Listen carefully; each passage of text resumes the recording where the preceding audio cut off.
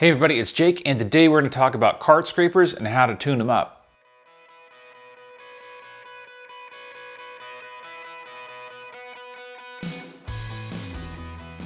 Now, card scrapers are one of my favorite hand tools to use. They're super versatile when it comes to smoothing, especially if I've got a panel or something like that, or some tear out.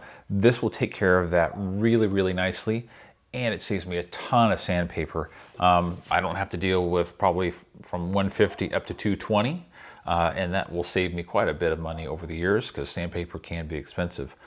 So this is super versatile, and they come in different types. So this one's your kind of your standard rectangle, and we can put that burr or the edge on kind of this long edge here or the short edge here.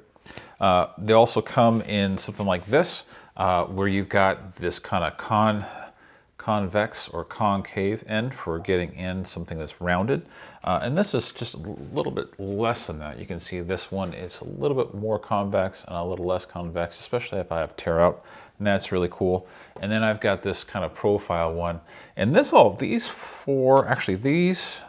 five, all five of these came in a kit from Woodcraft. That's where I got these, and that was a really great deal I got on a kind of Black Friday special. I think it was like $40 for all five of these, and that's just a killer deal.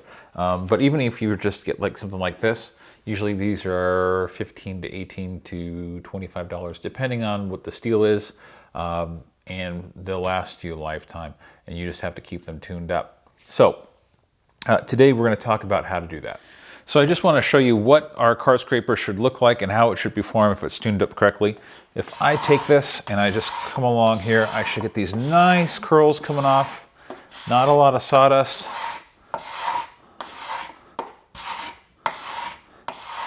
And I really even shouldn't have to push that hard, to be honest. And then I will end up with stuff just like that. So that's going to leave us a nice smooth surface. We'll just hit this with like some 280 or 320 after we're done, and that'll be perfect.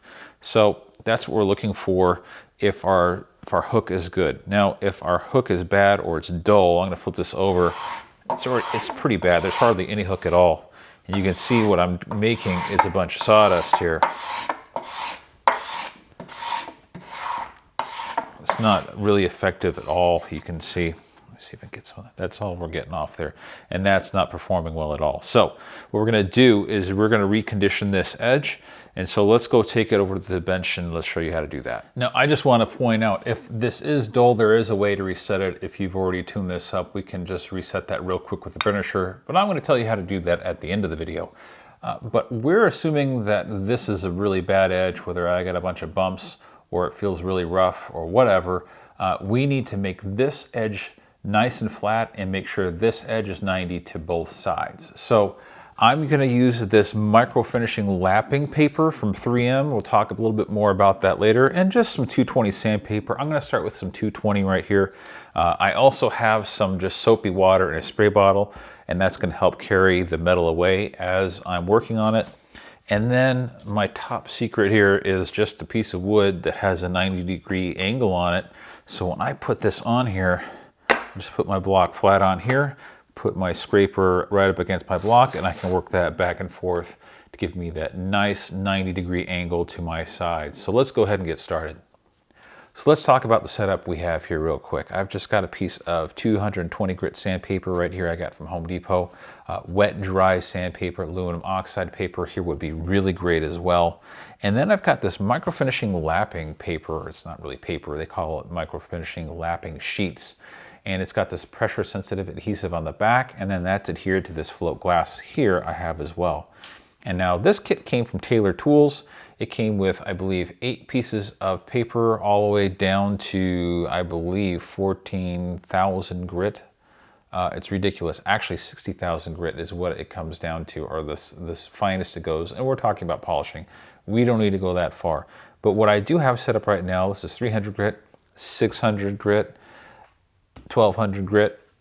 On the back side, I've got another one that's 1800 grit, and then we jump from 18 all the way up to 8,000, and now we're talking about polishing when we get up to 8,000. So that's really as far as we need to go. So let's go ahead and set this up, and let's start working on our card scraper. Now, I'm just going to spray this with a little bit of soapy water, and what I want to do first, just to make sure they don't have any burr left on here, I'm going to just start and working on just this 1/4 inch from this edge. And I'm just going to work that back and forth with my fingers. And I want to make sure I got good pressure all the way across, applying even pressure all the way from end to end and in the middle. Go ahead, flip this over. You can see I've got a little bit of gray here from where the steel came off. Flip it over. I'm gonna work that back and forth. Be a little slippery with the water, and that's okay.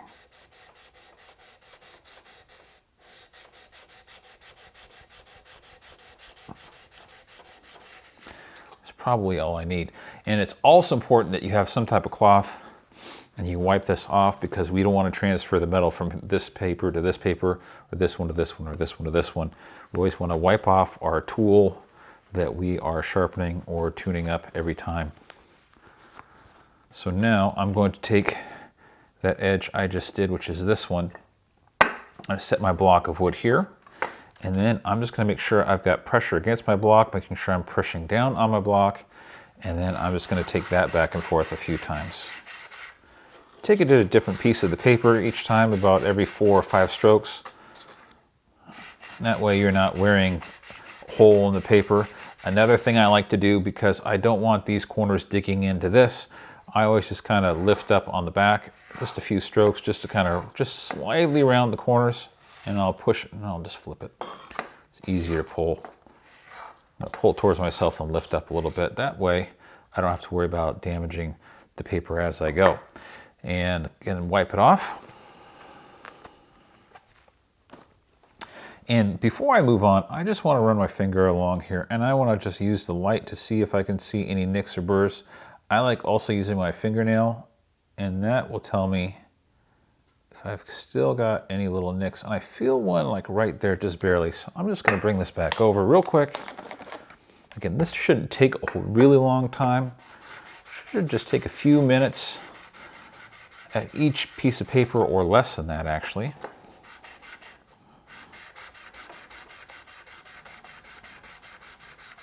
Not applying a whole lot of pressure on this. Okay. Let's wipe it down. I'm just gonna check that with my fingernail, see if I feel any pitting or anything, and that feels really good. Seems fine. So I'm going to go ahead and go to my next one. And for me, I do it either way. I can either do the edge and then the side, or side and then the edge. I'm going to stick with doing my edge first. Again, just nice light pressure. I don't need to really push into my paper. It's not necessary, but I'm kind of rotate this around so I'm not just pushing on one part of that paper, but I'm holding it nice and tight against my block and applying that downward pressure on this 300. And then let's put a little bit more liquid on here. And then I'm going to just, again, work on the side here. Because the idea is the more of a nice right angle I can make this, the better hook I'm going to have, and the longer it's going to last. So let's put a little more there. You'll find as you go, it kind of sticks to the paper a little bit. You almost got this cohesion between the liquid and the paper, which is good. Sometimes it's a little hard to grab since it's so soapy, but okay, that's fine.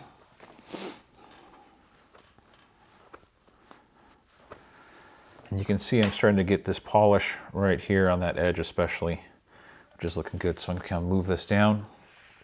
We'll come to our 600. Sorry, let's do our edge first. Almost forgot. Again, I only need to go maybe 6 strokes, and then 6 strokes, and 6 strokes.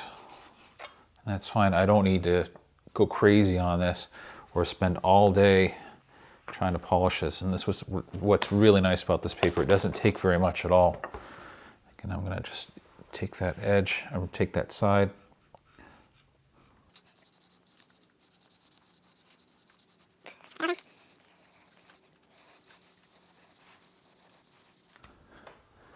wipe it down and move on to the next one. So we got one more to do here. You can see I'm not even spending a lot of time on this. It's not necessary. Let's do it this way so you can see. Let's do this left-handed.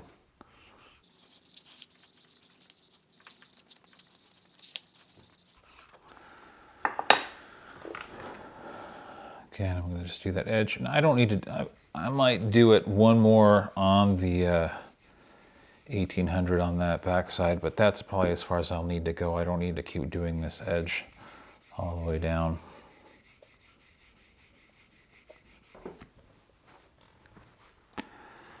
And I have used water stones in the past. I've used diamond stones in the past. Diamond stones are really expensive, to be honest. And water stones I've had some luck with. They tend to dish out, and I don't care for it too much. And I really haven't figured out how to not dish out my water stones and get good results. Maybe if you've done that, you can let me know, because I'm still trying to figure it out. I haven't quite figured it out yet. So we are moving on to the 1200 here.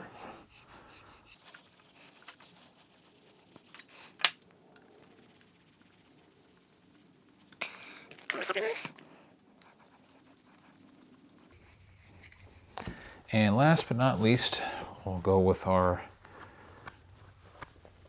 8,000 here. And we're really only polishing it now. And I'm just going to do my edge here.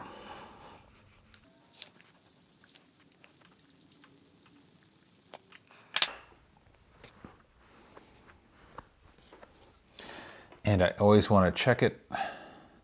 Be careful when you check this. Even though this is 90 degrees, if I run my finger or push too hard, it still can be a little sharp here.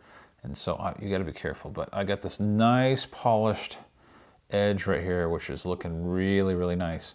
So now we're going to go over to the bench and show you how to use the burnisher and put our hook on our edge. So now that we have this nice 90-degree straight edge, we're actually going to take our burnisher and then we're going to actually pull this steel up this way to the edge of our scraper. And this burnisher is a harder steel than this, and that's what's going to allow us to kind of move this metal up on both sides. And when we're doing this, I always want to put a little bit of oil. I'm just going to use motor oil. WD-40 would probably be okay.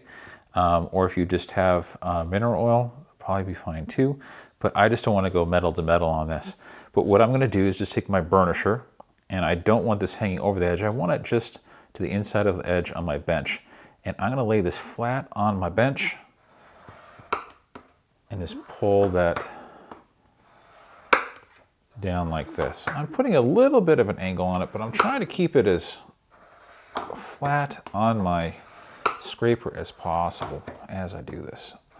So let's do about 8 passes, should be fine.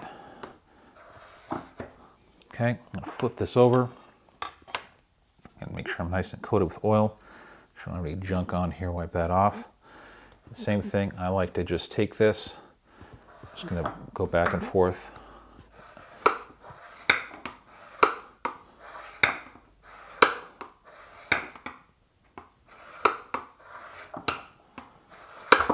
And now we're going to go ahead and flip this up into our bench and then put our hook on.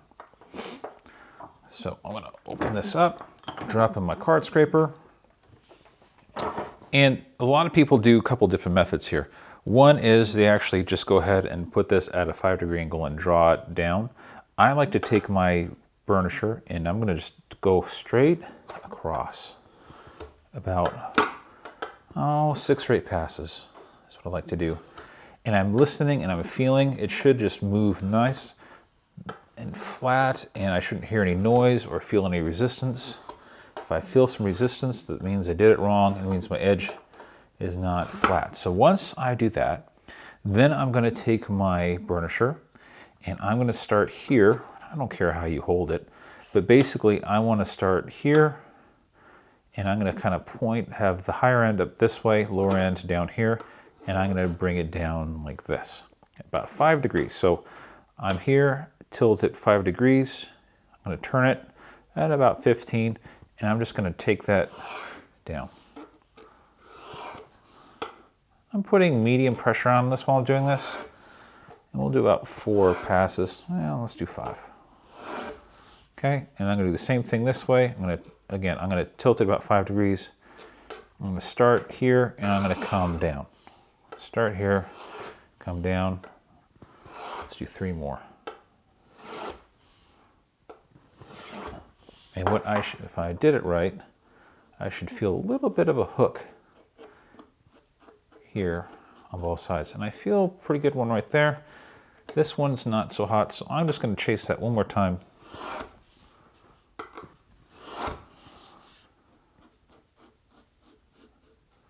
All right, it's feeling pretty good. Let's test it out. All right, so let's see how we did here. This is the edge we just did, and let's try both sides.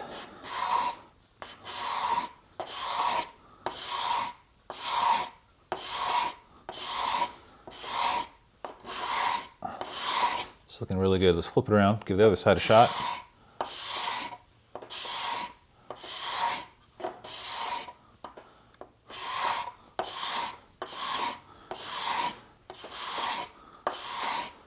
It's looking pretty nice. That's exactly what I'm looking for, these shavings just like that. So that's how we do it. Let's talk about a few more things. A couple tips for you with this. When you're using your burnisher to create your hook, it takes some practice. There is a little bit of a learning curve to get this figured out. When I'm running this down, I'm always kind of feeling if I feel any bumps or pits, or I'm listening. If I hear it not running smoothly across the edge, I know my edge still isn't flat, and I got to take care of that first, because if it's not flat, little bumps and bumps and bumps, that's going to be an issue. The other thing is, I really like taking this, once I go and flatten the sides and draw out the steel this way on both sides, I really like, just like I said, going flat. A lot of people will just go right to that 5 degrees. I've found that if I go flat across this a few times and then bring it to my 5 degrees, I have much better results than just trying to take this to 5 degrees and going straight down. It really doesn't work for me, and I haven't had a whole lot of good luck with that. The other thing I'm going to recommend is another video for you by Wood Whisperer, but Wood Whisperer is doing or shooting a video of a gentleman named William Ng, which is really great. He's a really great teacher and shows you how to do this. I really like his method too, because what he talks about, and I'm not going to do this in this video, but what you can do is you can actually massage. If this tends to wear out a little bit, you don't have to go through this whole process again. It's not necessary. What you can do is actually massage the steel back down this way, put it back on your bench, massage it, massage it, massage it, draw it down, kind of push the steel back up, and then redo the process. And he does a really good job of just taking it that 5 degrees and just taking it down just like that. I haven't perfected that. I think once you kind of get the hang of it, you can get really good at just reestablishing that edge with your burnisher once you've got that edge established, which is really nice. So I'll put a link to that video below. Be sure to check that out as well. But this process, I like it because it's inexpensive. It doesn't cost a lot of money. It's really easy to get into. And again, card scrapers are one of the best tools that I have in the shop for making things flat and saving me a ton of time when it comes to finishing. So if you have any questions about this or any other comments about card scrapers that you think I missed, please put those below. I'd really appreciate it. And this is Jake of All Trades saying we'll see you next time.